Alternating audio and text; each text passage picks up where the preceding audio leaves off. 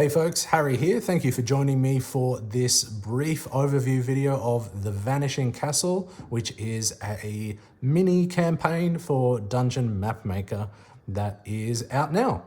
And so, yeah, in case anyone was interested in the campaign, I wanted to make this short video just to explain how it works so you can decide if it is right for you. But before we get into the Vanishing Castle, just a quick recap that Dungeon Mapmaker itself is a solo roll and write style game with a bit of dungeon mapmaking, a bit of adventuring. So in the typical game, you are just going to use a series of dungeon cards. I have this deck printed via drive-through cards.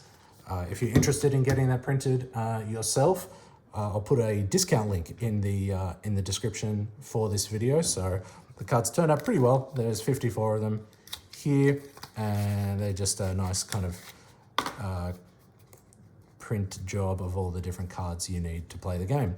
Of course, you don't need to do this. You can also just print them at home, as was originally intended. But yeah, in any case, in the regular game, you're going to choose a main quest, and also, so this could be, for example, a main quest and then 5 other side quests, and you have to have all numbers represented from 1 through to 6, and you're going to be rolling dice, drawing different rooms in your dungeon, and then trying to fulfill your main quest, which in this case is just to get at least 10 monsters in your dungeon. So the goal is 10 times, you get 1 time per monster. So you're just trying to have 10 monsters in the dungeon. There are you're going to have a total of 6 quests, so 5 side quests numbered 2 through to 6. I won't go through all of them now, but you'll go through the first part of the game where you'll make your dungeon, trying to earn at least 10 time, and then you'll actually explore the dungeon using your character sheet that you pick a character, put it here, and then traverse the dungeon, trying to complete the main quest that's on the other side of the dungeon, of the mapping side card, the exploration side, and in this case is to defeat all non-boss monsters. And if you're able to do that, then you win the game. So that is the very basic overview of Dungeon Mapmaker, but with the Vanishing Castle, it's going to combine multiple games, base games of Dungeon Mapmaker, and you're going to basically continue your character through multiple sessions, and that also means that there's no kind of game overing as well. You will just, if you fail a scenario, you'll just continue one way or another until you can do the final scenario. And actually, I'm jumping ahead of myself, so let me just go over it a little bit. So this is the booklet. What you'll need is, of course, the base components for the game for Dungeon Mapmaker. Then you'll also need these 2 items. So we've got the booklet, which has all the different scenarios for the game, and then just your campaign sheet in which you'll be writing some things. So that's what you'll need for the game. And how to play is included in the booklet. So for setup, you're going to first read an introduction on page 3, and then you're going to create your character as you would in a regular game of Dungeon Mapmaker. Then you actually choose a starting scenario based on whichever hero character that you've chosen. So each occupation type has its own starting region. So if we were to choose the warrior, for example, we would start in the Nihon Desert, which would give us access to scenarios 1 to 3, 1, 2, 3, and that also, the campaign sheet also tells you where you can find that in the campaign book. So in this case, it's page 4. So we would turn to page 4. And then we have 3 scenarios, and we can read through them and then choose one to try to complete. So that's how we start the game. Oops. All right. Okay, and then and yeah, as I mentioned earlier, there's no your character can't die necessarily in the In the game, what is going to happen is after each scenario, your character will gain an attribute. So here are the attributes here, and so if your character fails a scenario, they'll at least gain some experience, along with anything that you might have collected during the scenario as well. So items, weapons, things like that. But you'll gain one of these attributes, and sometimes you might have the option to choose which attribute you you want, I should say, just depending on whether or not you complete the scenario generally. But here are our attributes, so you'll collect those along with other things after completing scenarios successfully. Sometimes, and you'll only do each scenario once. So if you fail, that's okay. You just grab an experience attribute and then you'll continue on your merry way. Between dungeons, so between different scenarios, you can keep anything that your character has accrued, and your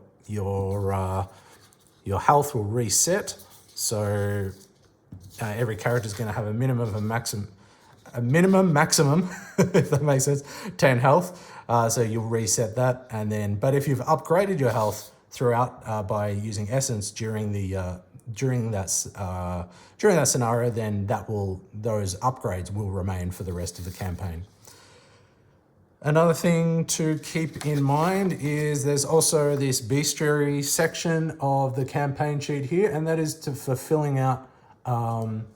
filling in any different monsters that you defeat. You'll just write the name of each new monster that you defeat here, and whenever you collect 6 different scalps, shall we say, you will then read a brief bit of flavor text on page 10, and then get a reward for that sometimes as well. So that's the bestiary section.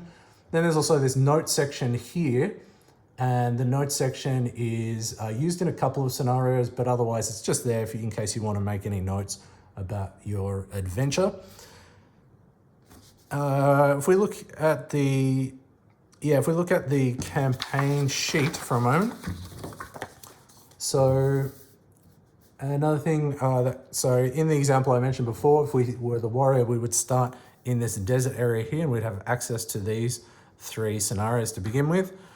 And we would show that we started there by just filling in this circle, and that would indicate that we have access to this region here.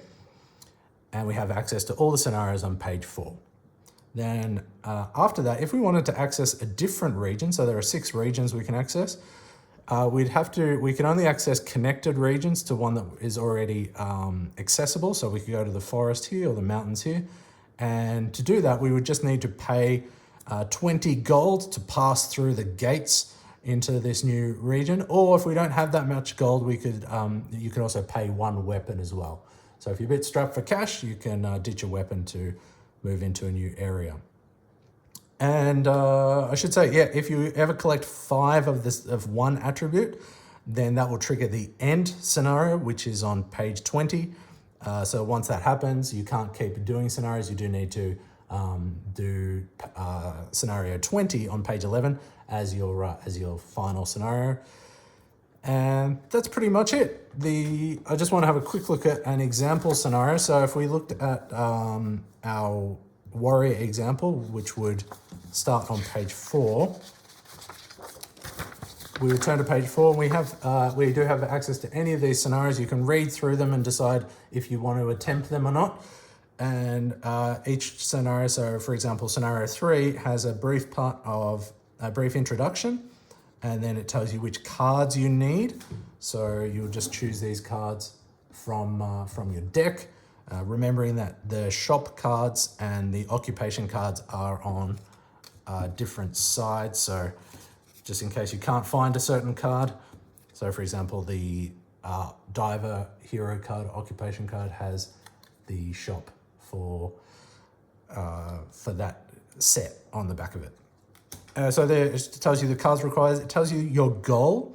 In this case, and for most scenarios, it is to complete the main quest of the mapping phase and the exploration phase. And then if you're able to successfully do both of these, first let's look at if you fail either of these. So if you fail the mapping phase, then that's going to be a straight fail. And if you get through the mapping phase but fail the exploration phase, That's also a fail, and then you would just gain 1 experience, and you'd fill that in on your sheet. But if you succeed, then in this case you get to choose A or B, and then you would get to choose one of these 2 rewards. And in this case, you would be able to gain a fame attribute or a wealth attribute. So that's one way where you can kind of decide how which attributes you collect. So yeah, so that's and once that's done, you can write. So for example, that was scenario 3, and let's say I failed it. You can either write a 3 here, just to indicate that that scenario was failed there, or you can just fill that in. It doesn't really matter. You're probably going to remember which scenarios you have completed, successfully or unsuccessfully. But if you think you might not remember, you can also fill in the little square underneath the location of each scenario.